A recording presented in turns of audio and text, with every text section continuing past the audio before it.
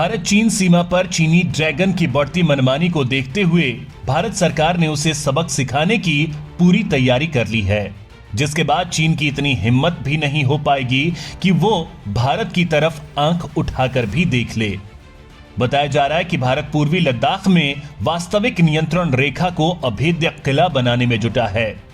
इसके लिए सीमा पर एक से एक खतरनाक हथियार को तैनात किया जा रहा है। इसके अलावा यहां कई तरह के इंफ्रास्ट्रक्चर, हाई स्पीड नेटवर्किंग और सीमावर्ती इलाके में सड़क का जाल बिछाकर चीन को मात देने की तैयारी की जा रही है, जिसे धनबाद सिम्फर के वैज्ञानिक अंजाम तक पहुंचा रहे हैं। वहीं दूसरी तरफ सीमा पर बसे गांवों को हाईटेक बनाया जा रहा है। ये सभी मिलकर भारतीय सेना को ऐसी ताकत दे रहे हैं जो आज तक नहीं मिली है। चलिए आज के वीडियो में हम जानेंगे कि सीमा पर भारत सरकार, सेना और यहां की जनता के लिए क्या क्या कर रही है, क्यों एलएसी को एक अभेद्य किला माना जा रहा है। तो ये सब जानने के लिए आप ये वीडियो अंत तक जरूर देखिएगा। दोस्तों, मोदी सरकार का एक ही मकसद रहा है, सीमा पर देश को इतना मजबूत करें कि चीनी ड्रैगन उसकी तरफ देखना तो दूर की बात, वो भारतीय सेना के बारे में सोचकर भी कांप जाए। इसकी ट्रैक पर काम करते हुए पिछले 3 सालों में भारत ने एलएसी पर सड़कों के निर्माण से लेकर सैन्य ठिकानों, बंकरों, ramp, aircraft landing sites, high speed networking से लेकर दूसरी बुनियादी जरूरतों का जबरदस्त डेवलपमेंट किया है। इसके साथ ही एलएसी के चप्पे चप्पे पर आर्टिलरी गन से लेकर तोपों, air defence system, anti drone और एंटी मिसाइल सिस्टम सहित दूसरे युद्ध वाहनों की तैनाती कर चुका है। अब केंद्र सरकार देश की सीमा से लगे गांवों को हाईटेक बनाने में जुट गई है। इस तरह से एलएसी अभेद्य किला बनकर तैयार हो रही है।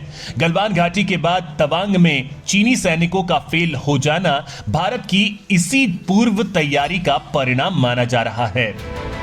दोस्तों, जून 2020 में भारत और चीन के बीच हिंसक झड़प हो गई थी। इसके बाद से ही मोदी सरकार चीन की सीमा को अभेद्य बनाने में जुट गई थी। उनकी यही कोशिश रही है कि जल्द से जल्द यहां ऐसे इंफ्रास्ट्रक्चर खड़े कर दिए जाएं जिससे यहां चीन की परछाई भी नहीं पड़ सके। हालांकि इससे पहले भी साल 2016 से 2020 के दौरान एलएसी पर बुनियादी जरूरतों को लेकर काफी सारे डेवलपमेंट किए गए थे, लेकिन यह सब चीन के मंसूबों और उसकी तैयारियों को जवाब देने के लिए काफी नहीं थे। इसलिए चीन की मनमानी यहां बढ़ती जा रही थी। इसे देखते हुए मोदी सरकार ने इन्हें ज्यादा मजबूत करने के बारे में सोचा और चीन को चारों खाने चित्त करने के लिए सरकार ने अपनी पूरी ऊर्जा एलएसी पर झोंक दिए। भारत सरकार ने एलएसी पर सेना को मजबूती देने के लिए सड़कों का जाल बिछा दिया। रक्षा मंत्रालय के सूत्रों के अनुसार पिछले 3 सालों में यहां 3140 किलोमीटर सड़कों का निर्माण किया गया।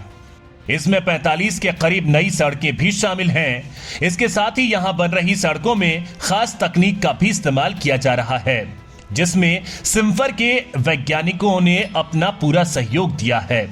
दरअसल इसके पीछे कारण अभी हाल ही में हुई अरुणाचल प्रदेश के तवांग इलाके में चीनी सैनिकों से झड़प है। इस घटना के बाद इस इलाके को सुरक्षित करने के लिए भारत सरकार गंभीर हो गई है। सीमावर्ती इस इलाके में सड़कों का जाल बिछ रहा है। सकरी सड़कों को चौड़ा भी किया जा रहा है ताकि विषम परिस्थितियों में सैनिकों को सहायता पहुंच सके। इस बड़े काम को धनबाद के सिम्फर के वैज्ञानिकों की देखरेख में अंजाम तक पहुंचाया जा रहा है। दोस्तों, आपको बता दें कि सिम्फर यानी केंद्रीय खनन एवं ईंधन अनुसंधान संस्थान धनबाद में स्थित है।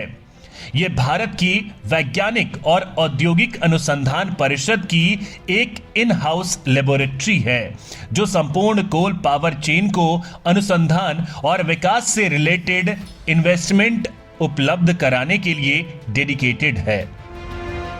इसमें कोयले के खनन से लेकर खपत तक के सभी विषयों का रिसर्च किया जाता है, उनका विकास किया जाता है। इस संस्थान के यूनिट रांची, बिलासपुर, नागपुर और रुड़की में भी हैं।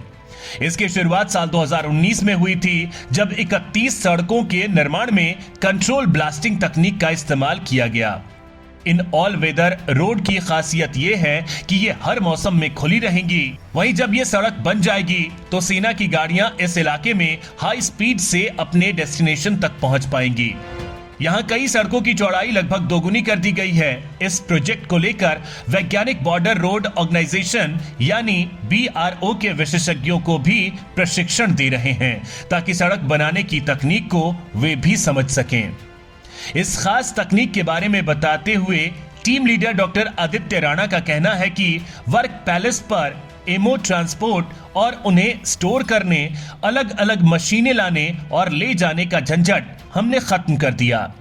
BRO के पास जैसी मशीनें हैं उस अनुरूप ब्लास्टिंग डिजाइन दे रहे हैं।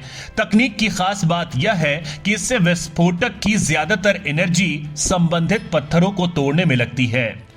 दोस्तों, चीन की सीमा के पास ऊंची पहाड़ियों के बीच खाई होने से सैन्य वाहनों को पूरी पहाड़ी घूमकर सीमा तक पहुंचना पड़ता था।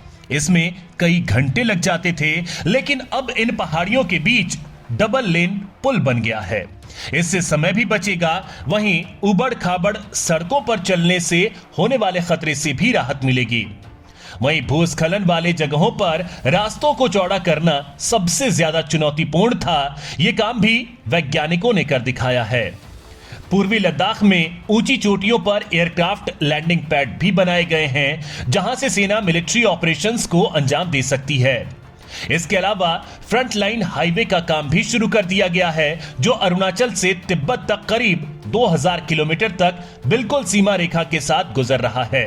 इससे चीन हैरान भी है। केंद्र सरकार के मुताबिक यह करीब 40,000 करोड़ की वृहद परियोजना है, जिसे साल 2026 तक पूरा करने का टारगेट है।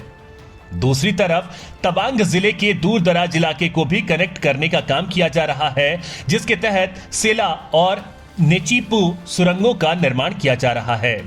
क्योंकि सर्दी में भारी हिमपात की वजह से वाहनों की आवाजाही मुश्किल हो जाती है। वहीं इस तरह के विकास के बाद यहां भारतीय सैनिकों के साथ आमजन को भी सुविधा मिलेगी, लेकिन इन सब के जरिए चीन को मुंहतोड़ जवाब देने में ज्यादा सहायता मिलेगी, क्योंकि इन सब इंफ्रास्ट्रक्चर से सेना कभी कहीं भी आ जा सकती है और संचार सुविधाओं से आपसी कम्युनिकेशन बेहतर होगा।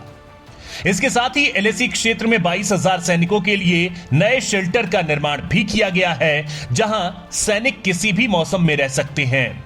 ये नए शेल्टर पूरी तरह से हाईटेक और सभी तरह के मौसम को झेलने के अनुकूल हैं।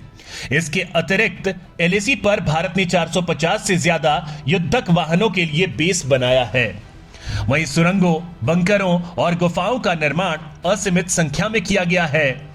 इसमें एंटी मिसाइल और बम निरोधक बंकर भी शामिल हैं, जहां रहकर सैनिक दुश्मनों के मंसूबों को नाकाम बना सकते हैं। मोदी सरकार ने LAC पर सुरक्षा को मजबूती देने के लिए यहां से लगने वाले गांवों तक 4G सेवा पहुंचाई है। वहीं अब यहां 5G नेटवर्किंग और हाई स्पीड ब्रॉडबैंड सेवा पर भी काम शुरू हो गया है। ऐसा होने से सेना को दुश्मनों की हर हरकत पर नजर रखना और उनका सर्विलांस करना काफी आसान हो जाएगा। इसके साथ ही ग्रामीणों के माध्यम से भी चीन की साजिशों का पता चलता रहेगा। भारत सरकार ने सीमा पर 150 से ज्यादा गांवों को और भी अधिक हाईटेक बनाने का काम शुरू किया है। इसके लिए LAC पर गश्त कई गुना बढ़ा दी गई है। इसके साथ ही तवांग के सीमावर्ती इलाकों में 43 नए मोबाइल टावर लगाए जा रहे हैं। इससे सेना के साथ आम नागरिकों को भी फायदा मिलेगा। तवांग के डिप्टी कमिश्नर KN डेमो ने कहा कि BSNL और भारती एयरटेल वहां पर 23 नए मोबाइल टावर लगाएगा ताकि कनेक्टिविटी बढ़ेगी। सीमा पर अगर हथियारों की बात करें तो LAC पर M777 होवित्जर तोप की तैनाती कर दी गई है। ये अमेरिका मेड है। इसके अलावा कारगिल में पाकिस्तान को तबाह करने वाली बोफोर्स तोप भी मौके पर लगाई गई है। इसके साथ ही artillery gun, air defence system, anti missile और एंटी ड्रोन सिस्टम से भारतीय सेना लैस हो चुकी है। सीमा सुरक्षा के लिए सुखोई जैसे विमान सीमा पर उड़ान भर रहे हैं। इसके साथ ही गरुड़ विशेष बल पूर्वी लद्दाख से लेकर सिक्किम और अरुणाचल प्रदेश तक चीन सीमा के साथ सीमावर्ती क्षेत्रों में तैनात है। यह जरूरत पड़ने पर किसी भी तरह का अभियान चलाने में सक्षम है। सैन्य अधिकारियों के अनुसार LAC पर इन सैनिकों की तैनाती 2020 से ही है। जब भारतीय वायुसेना ने इस क्षेत्र में चीनी आक्रमण का मुंहतोड़ जवाब देने के लिए पूरी तरह से तैयारी की थी और आज भी इनकी तैनाती जारी है। वहीं चीन की बात करें तो वो भारत की तैयारी देखकर चुप नहीं बैठने वाला। उसने भी सीमा पर PCL-18 जैसे फाइटर जेट तैनात किए हैं। कई ड्रोनों की भी तैनाती की गई है। चीन को जवाब देने के लिए भारत ने L-70 की तैनाती की है, जो किसी भी तरह के fighter jet, attack helicopter, drone को दिन और रात दोनों वक्त मार गिरा सकता है। साथ ही 24 घंटे उनकी निगरानी भी कर सकता है। इसमें नाइट विजन कैमरा भी है। दोस्तों, अब भारत चीन को हर तरह से मात देने के लिए तैयार है, फिर वो चाहे सीमा पर इंफ्रास्ट्रक्चर को डेवलप करने को लेकर हो या फिर हथियारों को लेकर। भारत हर तरह से चीन की नींद उड़ा रहा है और उसे सीमा पर से भागने को मजबूर कर रहा है।